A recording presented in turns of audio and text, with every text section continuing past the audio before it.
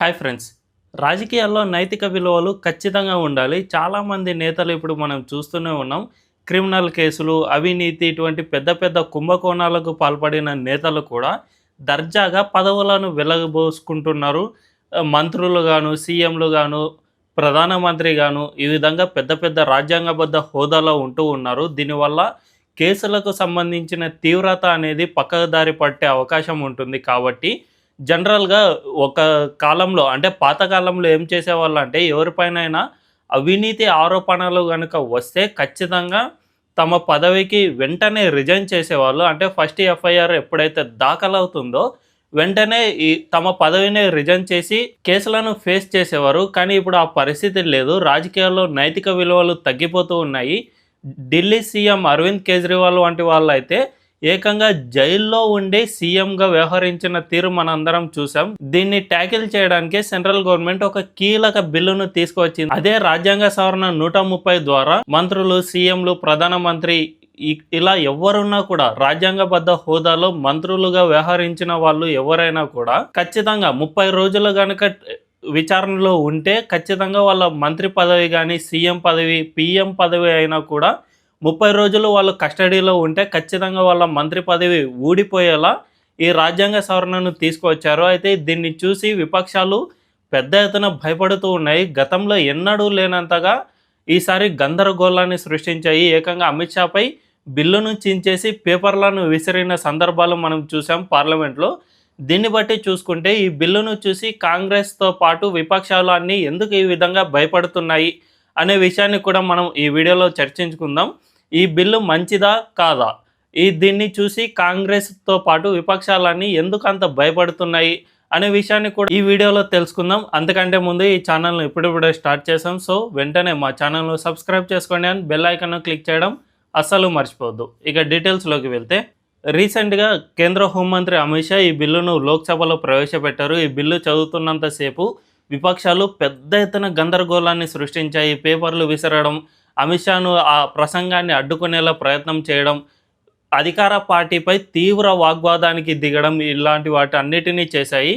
అదే సమయంలో అంటే అమిత్ షా కూడా గతంలో అరెస్ట్ అయ్యారు కదా, మళ్ళీ అతన్ని ఏమంటారు, జనరల్గా రాజకీయ నాయకులు అంటే ఇటువంటి కేసుల్లో అరెస్ట్ అవుతూనే ఉంటారు. అంత మాత్రాన వాళ్ళ పదవిని తీసేయాలి అని అనడం ఎంతవరకు సమంజసం అని కాంగ్రెస్ పార్టీ చెబుతోంది. అదే సమయంలో అమిత్ షా లేచి నేను సోహ్రాబుద్దీన్ షా ఎన్కౌంటర్ కేసులో ఫేక్ ఎన్కౌంటర్ కేసులో అరెస్ట్ అయినా కూడా వెంటనే నా హోంమంత్రి పదవికి రాజీనామా చేశాక నేను ఆ కేసును ఎదుర్కొన్నాను, అంతే తప్ప పదవిలో ఉండి నేను ఆ విధంగా చేయలేదు అని అమిత్ షా వెంటనే స్ట్రాంగ్ రియాక్షన్ ఇచ్చారు.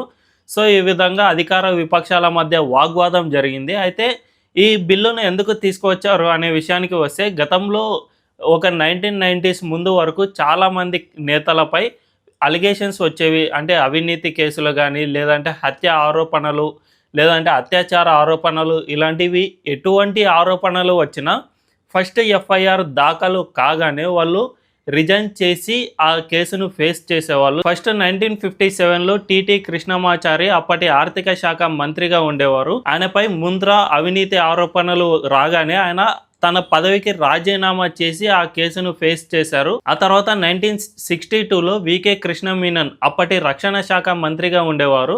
1962 ఇండో చైనా వార్ మనందరికీ తెలుసు కదా. ఈ వార్లో రక్షణ శాఖ మంత్రి సరైన తీరులో వ్యవహరించలేదని, అసలు ఈ యుద్ధానికి సరిగ్గా సహకరించలేదు అనే ఆరోపణలు రాగానే ఆయన వెంటనే రాజీనామా చేసి వెళ్ళిపోయారు. ఆ తర్వాత 2010లో అమిత్ షా గుజరాత్కు హోంమంత్రిగా ఉండేవారు. ఆ సమయంలో ఆయనపై సోహ్రాబుద్దీన్ షా ఎన్కౌంటర్ కేసు నమోదైంది. దీంతో ఆయనను విచారణకు రమ్మని పిలవగానే ఆయన తన హోంమంత్రి పదవికి రాజీనామా చేసి విచారణకు హాజరయ్యారు. అదేవిధంగా ఎల్కే అద్వానీ కూడా తన పదవికి రాజీనామా చేసి ఈ విధంగా ఫేస్ చేశారు.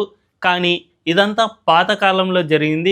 ఇప్పటి నేతలు అసలు ఈ విధంగా చేయడమే లేదు. తమకు ఉన్న మంత్రి పదవిని ఏదో తమ వంశపారపర్యంగా వచ్చిన ఆస్తిగానో లేదంటే తమ హక్కుగానో భావిస్తూ ఉన్నారు. దీనివల్లే చాలా సమస్యలు అనేవి ఎదురవుతూ ఉన్నాయి.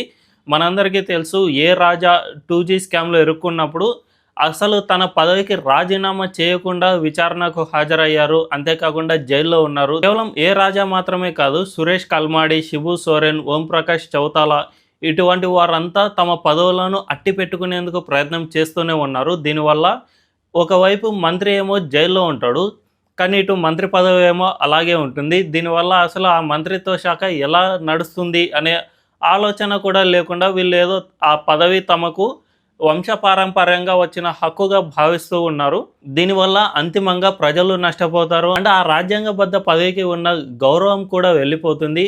మనందరం రీసెంట్గానే చూసాం, అరవింద్ కేజ్రీవాల్ ఢిల్లీ సీఎంగా ఉన్నప్పుడు అతను అరెస్ట్ అయ్యాడు. లిక్కర్ స్కామ్ కేసులో అరెస్ట్ కాగానే అసలు తన సీఎం పదవికి రాజీనామానే చేయలేదు. అతను జైల్లో ఉండగా జైలు నుంచే ప్రభుత్వాన్ని నడిపిన సందర్భాలు చూసాం. ఒకవైపు సుప్రీంకోర్టు ఆదేశాల ప్రకారం జైలు నుంచి ఎటువంటి ప్రభుత్వ ఆదేశాలు జారీ చేయకూడదు అని సుప్రీంకోర్టు ఆదేశాలు ఇచ్చింది. అటువంటి సమయంలో కూడా అసలు అరవింద్ కేజ్రీవాల్ జైల్లో ఉండి అంటే ప్రభుత్వ ఆదేశాలు ఇవ్వకూడదు అంటే ఒక సీఎంగా ఉన్న వ్యక్తి ఖచ్చితంగా ప్రభుత్వం ఆదేశాలు ఇవ్వాల్సి ఉంటుంది. కానీ సుప్రీంకోర్టు గైడ్లైన్స్ ప్రకారం అతను ఎటువంటి ఆదేశాలు ఇవ్వకూడదు.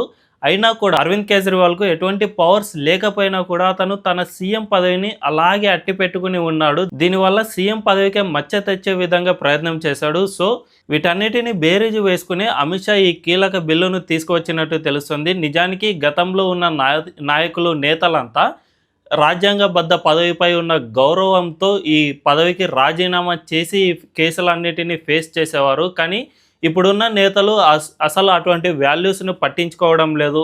దీనివల్ల అసలు తమ మంత్రి పదవిని అలాగే అట్టి పెట్టుకుని జైల్లో ఉండడం వల్ల ఇటు ప్రభుత్వ కార్యకలాపాలన్నీ నిలిచిపోయే పరిస్థితికి చేరుకుంది. కాబట్టి అమిత్ షా ఇక రాజకీయాల్లో నైతిక విలువలను ఎస్టాబ్లిష్ చేయాల్సిన అవసరం ఉంది అని ఈ బిల్లును అయితే తీసుకువచ్చారు. కానీ ఈ బిల్లును కాంగ్రెస్తో పాటు విపక్షాలన్నీ తీవ్రంగా వ్యతిరేకించాయి. దీనివల్ల ప్రభుత్వం అంటే సెంట్రల్ గవర్నమెంట్ రాష్ట్ర ప్రభుత్వాలపై పెత్తనం చెలాయించేందుకు వీలవుతుంది. జనరల్గా ఏదో ఒక కేసు వేసి ఆ మంత్రి పదవి తీసేయడానికో లేదంటే సీఎంను తొలగించుకోవడానికో ఈ చట్టాన్ని ఉపయోగించుకునే అవకాశం ఉంటుంది. కాబట్టి ఈ చట్టాన్ని తాము తీవ్రంగా వ్యతిరేకిస్తున్నాము అని కాంగ్రెస్తో పాటు విపక్షాలన్నీ చెబుతూ ఉన్నాయి. అయితే నిజానికి రాజకీయాల్లో నైతిక విలువలు అనేవి ఖచ్చితంగా ఉండాల్సిన అవసరం ఉంది. ఎందుకంటే రాజకీయాలు రాజ్యాంగబద్ధ పదవులు అంటే వాటిపై ప్రజలకు చాలా గౌరవం ఉంటుంది. మనం జనరల్గా అరవింద్ కేజ్రీవాల్ చేసినట్టు సీఎం పదవి తన దగ్గర ఉన్నా కూడా ఎటువంటి ఆదేశాలు ఇవ్వడానికి రానప్పుడు అంతిమంగా నష్టపోయేది ప్రజలే. కాబట్టి ఖచ్చితంగా ఇటువంటి విషయాల్లో నైతికత అవసరం. ఈ బిల్లు తీసుకురావడం కూడా అందులో భాగంగానే తీసుకువచ్చారు. సో ఈ బిల్లును మనందరం ఖచ్చితంగా సపోర్ట్ చేయాల్సిన అవసరం ఎంతైనా ఉంది. ఈ వీడియో కనుక మీకు నచ్చినట్లయితే ఖచ్చితంగా మా ఛానల్ను లైక్ చేయండి అండ్ సబ్స్క్రైబ్ చేసుకోవడం అస్సలు మర్చిపోవద్దు. Thank you.